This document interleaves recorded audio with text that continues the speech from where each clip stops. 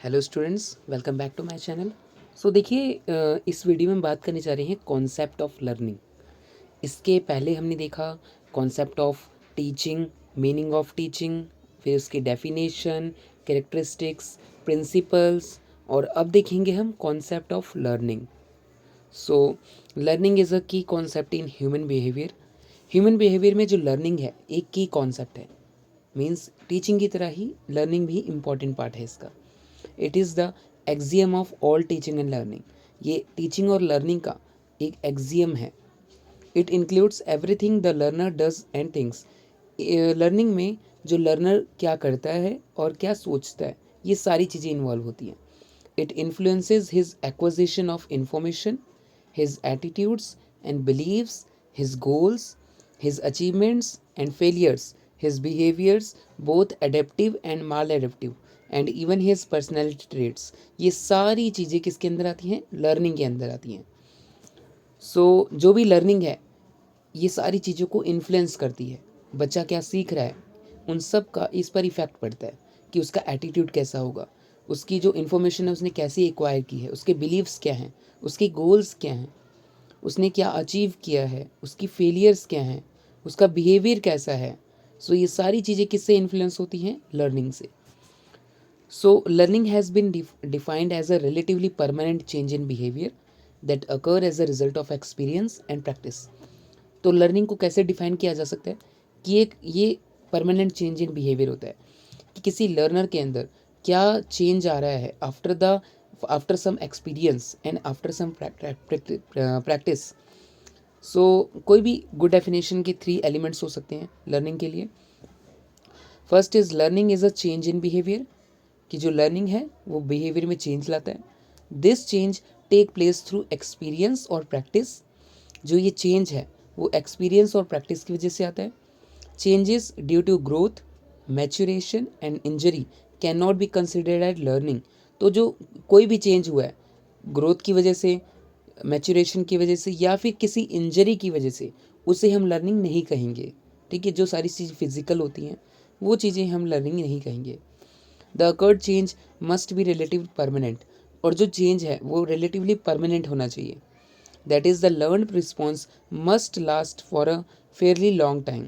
मतलब कि जो चेंज आया है वो काफ़ी समय तक रहे। तो ये 3 इसके बेसिक एलिमेंट्स हैं लर्निंग के। सो इसका मीनिंग देख लेते हैं। सो अलग अलग साइकोलॉजिस्ट ने, एजुकेशनिस्ट ने इनको अलग अलग डेफिनेशन दी है। इसका कॉन्सेप्ट क्या है? So learning as a process में हिलगार्ड ने ये डेफिनेशन दी है। Learning is the process by which an activity originates और is changed through training procedures. तो ये लर्निंग एक ऐसा प्रोसेस है जिसमें बच्चे को किसी प्रोसीजर से प्रोसेस होना पड़ता है और उसके अंदर चेंज आता है। आप ये डेफिनेशन कर सकते हैं। एक डेफिनेशन करते हैं बॉस की, कर सकते हैं आप। Learning is the process by which the individual acquires various habits, knowledge, attitudes that are necessary to meet the demands of life in general. मतलब लर्निंग एक प्रोसेस है जिससे बच्चा कुछ अपनी हैबिट्स को एक्वायर करता है, नॉलेज एक्वायर करता है और एटीट्यूड्स। ये डेफिनेशन देख सकते हैं आप। एक क्रो एंड क्रो की डेफिनेशन है। Learning involves the acquisition of habits, knowledge and attitudes. Woodworth की डेफिनेशन देख सकते हैं। The process of acquiring knowledge and new responses is learning. Means नई नॉलेज को और नए रिस्पॉन्स को एक्वायर करना लर्निंग है। So these are some definitions of learning. So lastly, learning is a complex process. Learning एक कॉम्प्लेक्स प्रोसेस है। Learning is acquiring changes in behaviour as a result of experience. Means बच्चे को कुछ experience हुआ, उसकी वजह से उसने कुछ बिहेवियर एक्वायर किया, मीन्स उसका बिहेवियर चेंज हुआ। So learning is the process by which an organism as result of the interaction in a situation acquires a new mode of behavior which tends to persist and affect the general behavior pattern of the organism to some degree. तो learning एक ऐसा process है जिसमें कोई भी organism किसी चीज़ के साथ इंटरेक्ट करता है, न्यू नॉलेज को गेन करता है, अपने बिहेवियर को मॉडिफाई करता है और उस बिहेवियर को कुछ टाइम के लिए, काफ़ी टाइम के लिए अपने पास रखता है।